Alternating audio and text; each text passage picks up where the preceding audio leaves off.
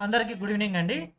ఇప్పుడు present first topic Andhra Pradesh ప్రాథమిక శిక్ష పరియోజన APPEP प्राथमिक शिक्षा में एक परिवर्तनकारी ढांचा और ऐतिहासिक केस स्टडी देखेंगे क्या क्या है. ఓకేనా? అసలు ఏపీపీ దేనికి ఏం జరిగింది ఓవరాల్గా చూద్దాం. ఏంటంటే ఇది మనకి హ్యూమన్ రిసోర్సెస్ అంటే ఇప్పుడు స్టూడెంట్స్ యొక్క డ్రాప్ అవుట్స్ తగ్గించడం, అలానే స్టూడెంట్స్ అడ్మిషన్స్ పెరగడం కోసం ఫస్ట్ టైంగా అంటే 1984 ఫస్ట్ పేజ్ 1 చూడండి, 1984 టు 1987. నెక్స్ట్ పేజ్ 2 వచ్చేసి 1989 టు 1995. ఇక్కడ చూడండి ఎవరెవరు ప్రముఖ భాగీదార్, కీ పార్ట్నర్స్ ఎవరెవరండి? ఓవర్సీస్ డెవలప్మెంట్ అడ్మినిస్ట్రేషన్, విదేశీ వికాస్ ప్రశాసన్, ఓడిఏ.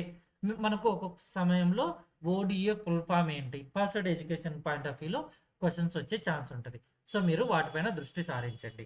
నెక్స్ట్ తర్వాత భారత సర్కార్, ఓడిఏ తర్వాత నెక్స్ట్ ఎవరు? Government of India. Next Andhra Pradesh సర్కార్, గవర్నమెంట్ ఆఫ్ ఆంధ్రప్రదేశ్. టోటల్గా ముగ్గురు కలిసి కట్టుగా చేసినటువంటిది ఇదనమాట. ఓకేనా? దీని యొక్క ముఖ్య ఉద్దేశాలు ఏంటి ఇక్కడ చూడండి. మానవ వనరుల అభివృద్ధి ద్వారా ప్రాథమిక విద్యను గుణాత్మక అభివృద్ధి పరచటం, मानव संसाधन विकास, शिक्षकों और कर्मचारियों के कौशल उन्नयन के माध्यम से प्राथमिक शिक्षा की गुणवत्ता में सुधार. नेक्स्ट बुनियादी ढांचा, उन्नत और आधुनिक डिजाइन के साथ नई कक्षाओं का निर्माण.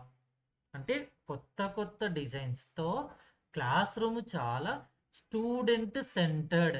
ఇక్కడ మీరు ఈ పదాన్ని మర్చిపోమాకండి, స్టూడెంట్ సెంటర్డ్. అంటే ఇక్కడ కేంద్ర బిందువు ఎవరంటే స్టూడెంట్. ఓకేనా? నెక్స్ట్ शिक्षक केंद्र, टीचर सेंटर्स, शिक्षकों के लिए सहयोगी केंद्रों की स्थापना और भवन निर्माण. ఎందుకంటే టీచర్స్కి ఇలాగా హెల్పింగ్ ఓరియంటెడ్ సెంటర్స్ని పెట్టడం వల్ల, అలానే వారికి స్టాఫ్ రూమ్స్ లాంటివి వారి ప్రిపరేషన్కి అనుకూలంగా ఉండే విధంగా చేయటం వలన ఏమవుతుందంటే వారికి ప్రిపేర్ అవ్వడానికి, అలానే యాక్టివిటీస్ రిలేటెడ్ థింగ్స్ అన్ని రెడీ చేయడానికి చాలా ఈజీ అవుతుంది. నెక్స్ట్ సార్వభౌమీకరణ,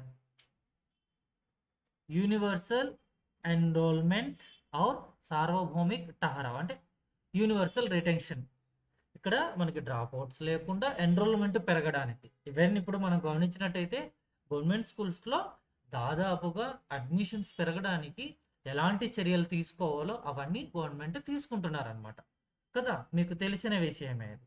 రైట్, ఇక్కడ చూడండి నెక్స్ట్ శిక్షా శాస్త్రీయ प्रतिमान में बदलाव, APPEP के कार्यान्वयन के माध्यम से शिक्षण अधिगम प्रक्रिया.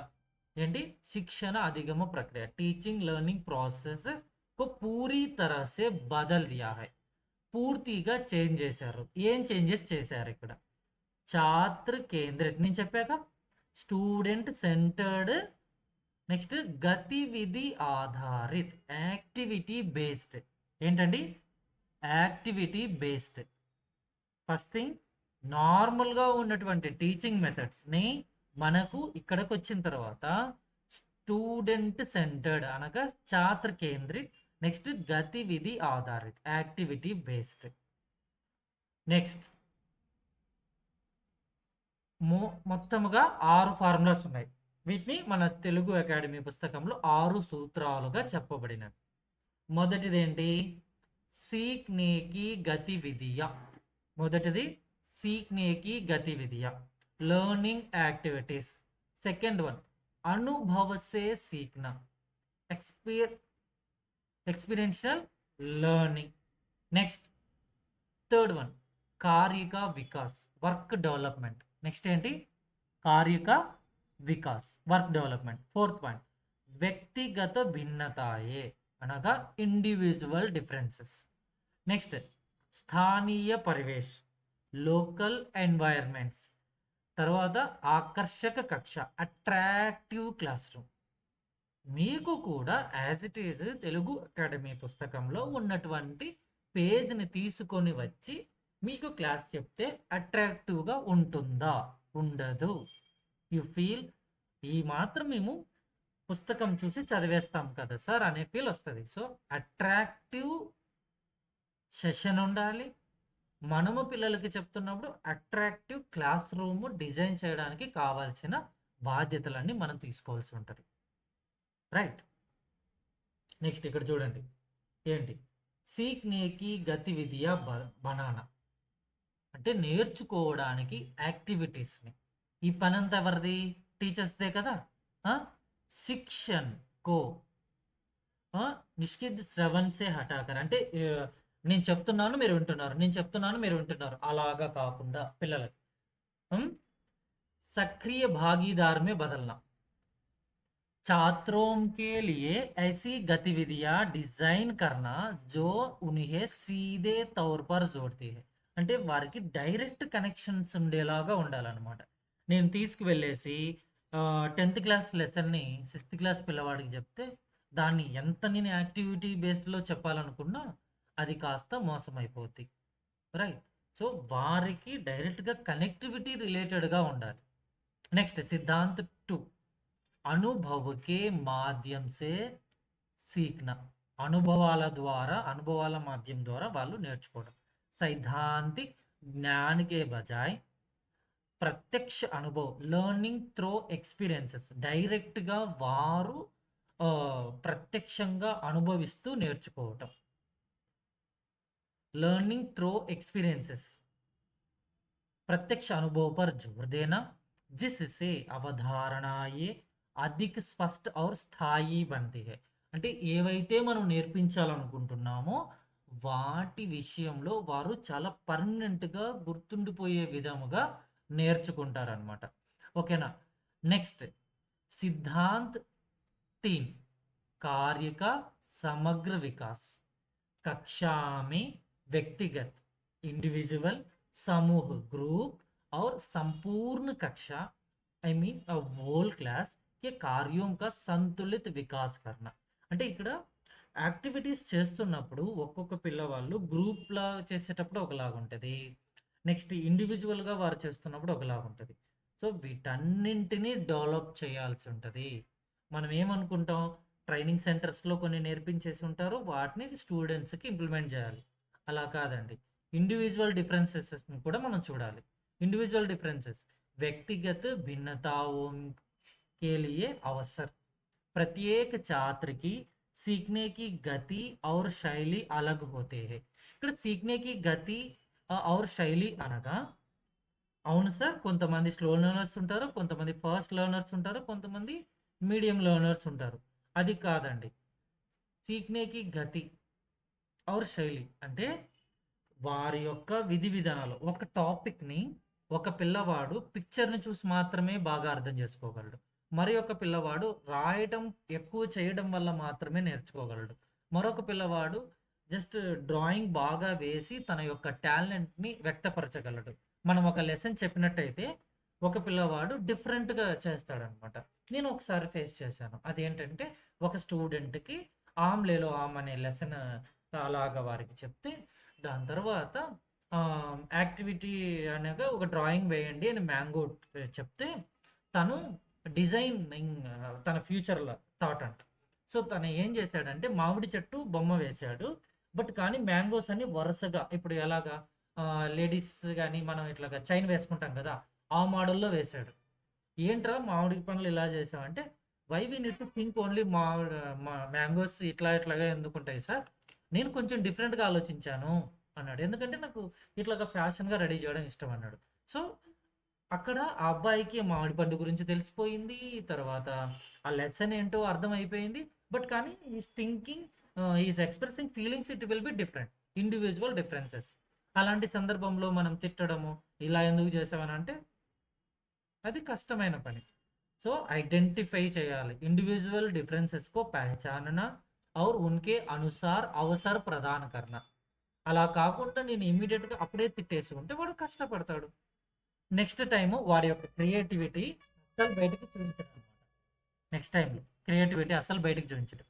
నెక్స్ట్ सिद्धांत 5 स्थानीय परिवेश का उपयोग అంటే सराउंडिंग्स सीखने की प्रक्रिया को प्रासंगिक बनाने के लिए कक्षा के बाहर के स्थानीय परिवेश और संसाधनों का అధికతం ఉపయోగ కర్ణ అంటే అవైలబిలిటీ ఉన్నటువంటివి మ్యాక్సిమం వారు ఉపయోగించుకునేలాగా అక్కడ ఉన్నటువంటి పరిసరాలలో ఏవి లభిస్తాయో వాటి ద్వారా ఇక్కడ ఎందుకంటే మేము టీచింగ్ చాలా ఎఫెక్టివ్గా చేయాలనుకుంటున్నాం అని చెప్పేసి ఫైనాన్షియల్గా మొత్తం బడ్జెట్ అంతా తీసుకువెళ్ళి ఒక్క క్లాస్కే స్పెండ్ చేయలేం కదా.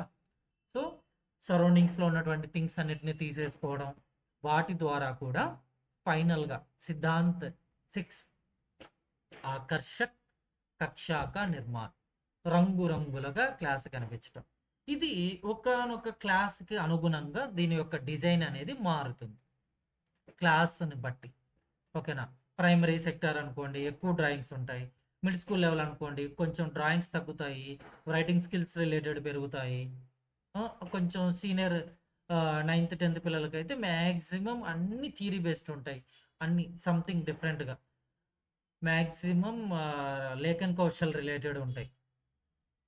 बच्चों द्वारा किए गए रचनात्मक कार्यों को प्रदर्शित करके एक प्रेरणादायक और आकर्षक कक्षा अट्रैक्टिव क्लासरूम डिजाइन करना. ఈ అట్రాక్టివ్ క్లాస్ రూమ్ డిజైన్ చేయడం వల్ల ఏంటి లాభం? పిల్లవాడికి చాలా చక్కగా మరికొంత ఎక్కువగా చేయాలనేటటువంటి ఇంట్రెస్ట్ అనేది ఎక్కువగా పెరుగుతుంది. ఓకే, ఇటు చూద్దాం ఏవేవి. ఒకవైపుగా ఏంటి एपीईपी के 4 सूत्रों को लागू करने के लिए शिक्षकों को विशेष रूप से प्रशिक्षण किया गया है. ఇప్పుడు మనం ఏం చెప్పాం, వీరికి స్టూడెంట్స్కి ఇవన్నీ కావాలండి అని ఏపీపీఈపీ ద్వారా చెప్పడం జరిగింది, రైట్? ఇవి ఇలా ఉండాలి అని. సో ఇలా ఉండాలి అంటే వారికి చెప్పడానికి వెళ్తున్నటువంటి టీచర్స్కి కూడా నేర్పించాలి కదా.